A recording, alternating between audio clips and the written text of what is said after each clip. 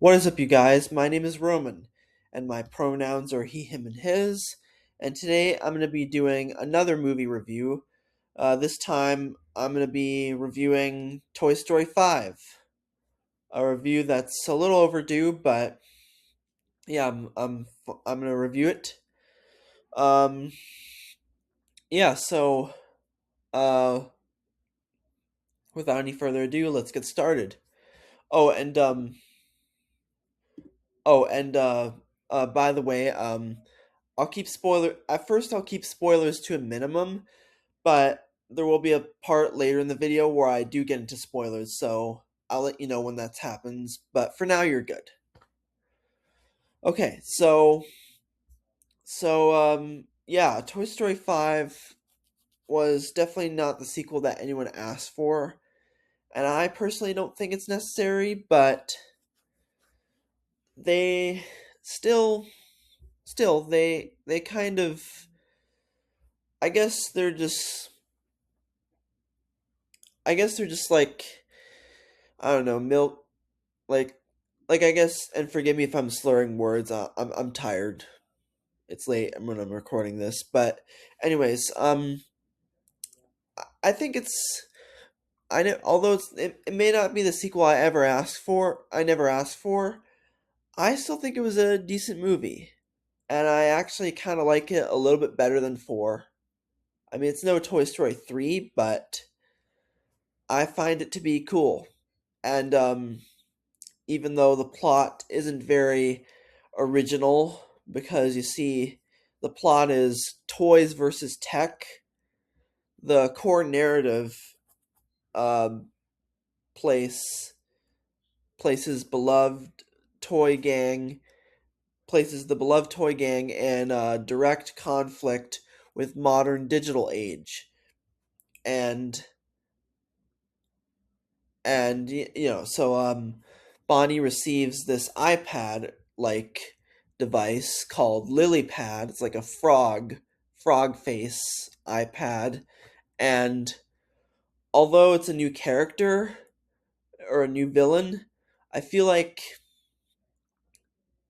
it's a good plot, even though it's not really original, because Pixar or Toy Story kind of already did that in one of their shorts, as mentioned before. Like they did that in the Christmas special, Toy Story That Time Forgot, where a kid was he got these dinosaur toys, or these battle swords, I think they were called, like battle dinosaurs, but he didn't play with them because he was distracted by his video games. So I guess they've already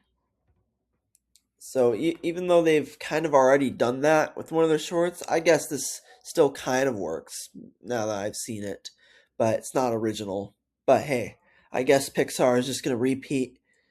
But hey, that's just me. I guess Pixar is just gonna repeat their past themes now. But that I guess that's all right. But I feel like, but at the same time, I feel like they should make some new and original stuff. But anyways, so um, to give you a spoiler-free part of it, like so the core narrative, like like as I mentioned, uh, Bonnie receives LilyPad, and it's, a sleek tablet that threatens to make traditional toys extinct, and and sorry,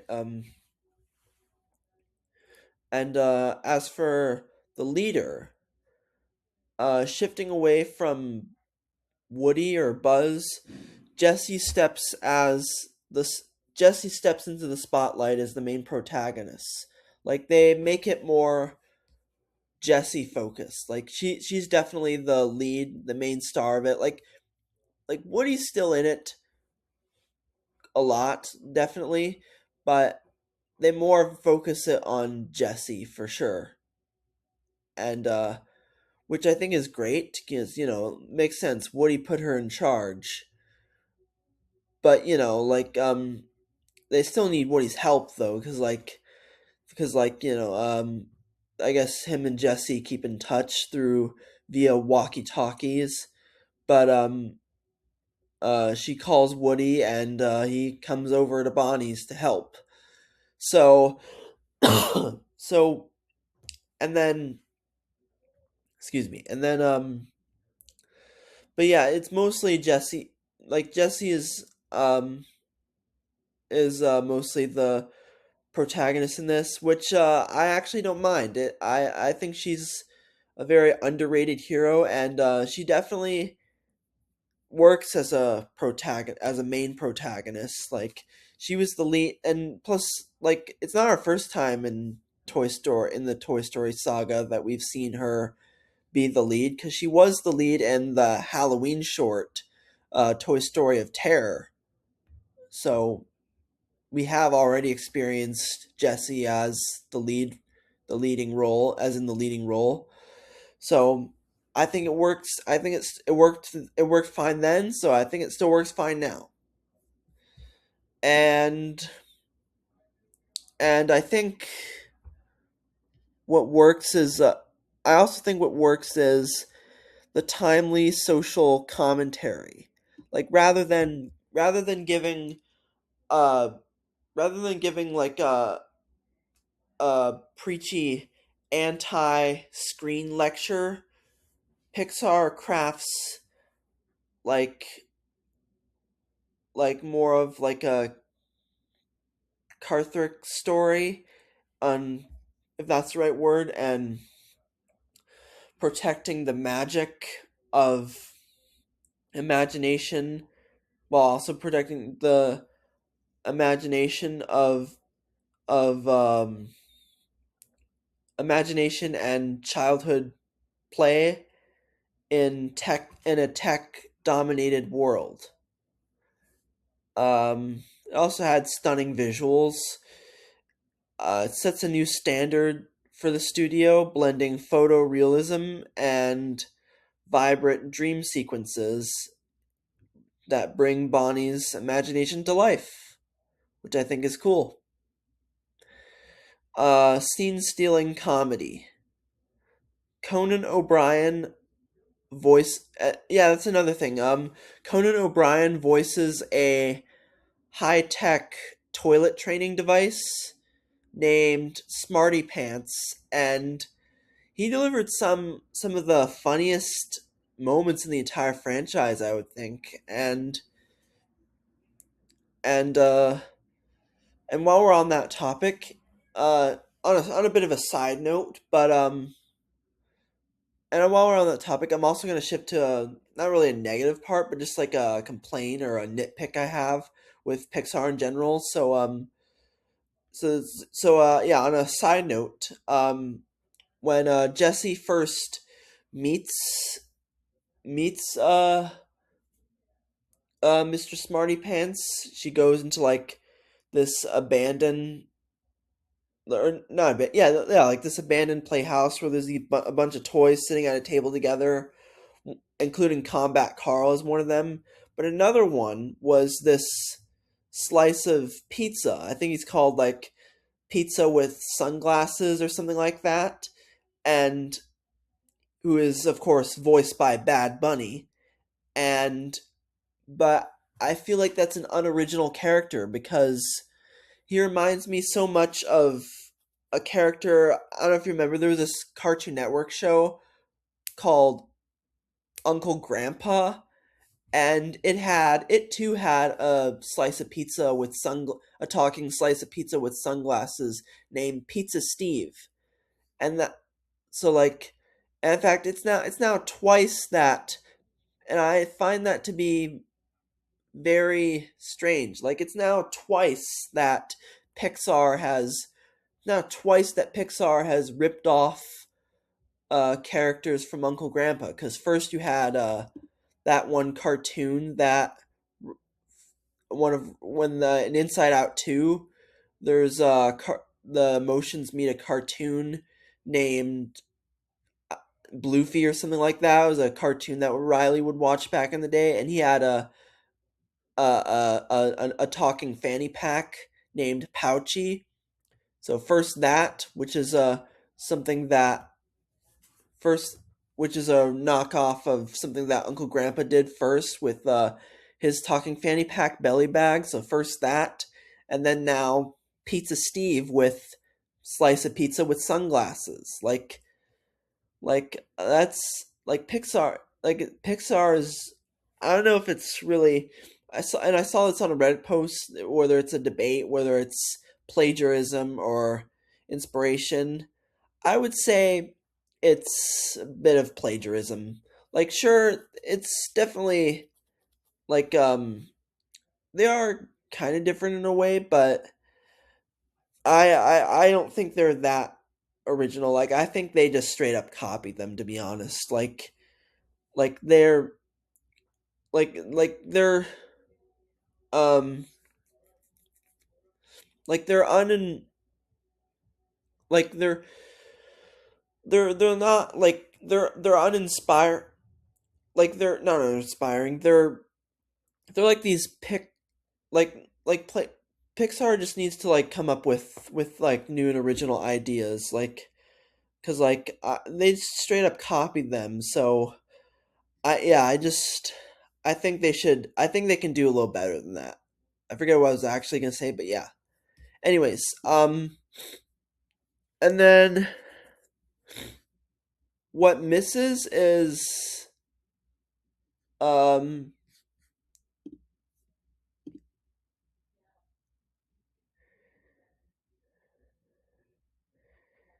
like like like I think it misses like character jarring character logic. Like diehard fans must find certain creative choices for such a sudden I don't know. But well actually yeah, I don't know about that. But actually let's talk about something else. So let's also talk about a few Easter eggs in it. Um well actually before that, I also want to say another part that I did like about it was the highlight of it was I think one of the main highlights of it actually other than Smarty Pants was this group of Buzz Lightyears, this high-tech Buzz Lightyears, and this isn't really spoiling it because it's in the trailer, but there are these Buzz Lightyears who have high tech screens on them, and they're they like get washed up on an island, but then they all just work together to escape, and I think they were very funny and they were just very cool throughout the movie. And then as for Easter eggs, there were plenty. Well, I didn't catch them all, but I did catch one. Like when Jesse and Bullseye they come across a real horse and they ride on top of him, and she starts the horse by yanking his hair, which is obviously a direct reference to Ratatouille, where the rat Remy does the same thing to the chef Linguini because he makes him cook by right because he makes him cook by pulling and yanking on his hair and controlling him like a puppet. It's just like that. And then I did also catch a brief glimpse of Dynaco Gas, a Dynaco gas which is a direct callback to first Toy Story. And then, well, I think I might be giving it. Okay. Before I get into more, I'm also gonna say I think the Buzz Lightyear gang was the highlight of it.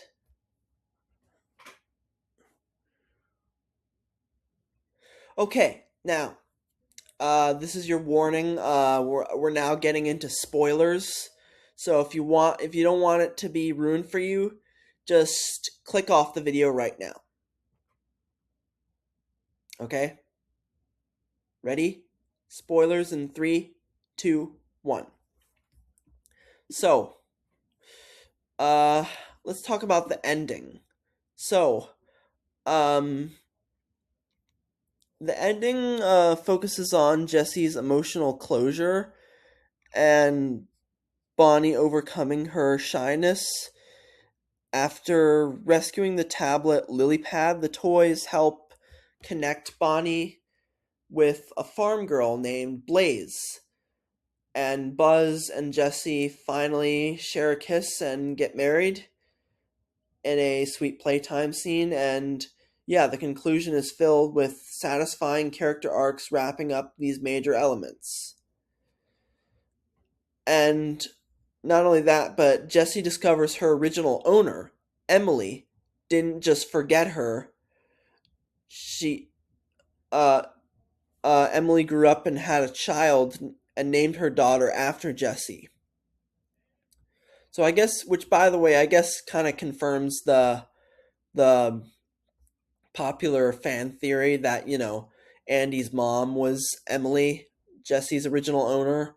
I guess that confirms that that's not true, because if she were Andy's mom, then she would have left like about her son Andy. But you know what I mean? Like it clearly it's not Andy's mom her um because she had a daughter, so clearly that's not her. But yeah, so and then I think overall it was a good ending. The only thing I kind of think is a missed opportunity and is and I'm sure a lot of us thought this would happen where Lily Pad would record the toys while they're alive and blackmail them by threatening to show it to Bonnie. And they would have stopped it either ways, because that would just like break the whole point of this franchise. But I still think it would have been funny if that at least almost happened, but it just didn't. Anyways, but and I also, but it was still a overall great ending, and I like when they're flying together with the buzzes, and Woody's like, "This is falling with style," which is a nice callback to the first Toy Story movie. But yeah, I think if they really are just gonna if they are gonna continue this franchise, I think logically they are gonna keep milking it with movies, but I would prefer shorts. So overall rating, I think I would rate this a maybe 6.7 out of 10. It wasn't a worthy sequel, but I think they're probably just gonna make more movies after this. What and like I don't, which I don't want, but I think they should. But honestly, like here's the thing though, like if you like people say, "Oh, well, they're bringing it back for the nostalgia," and that's true, and it was nostalgic for me, but I feel like that's just what you call nostalgia bait, you know. And like, if you want to watch more Toy Story, just watch the shorts. Like they did that for a while. I think they should just go back to that. Like just keep making shorts, you know.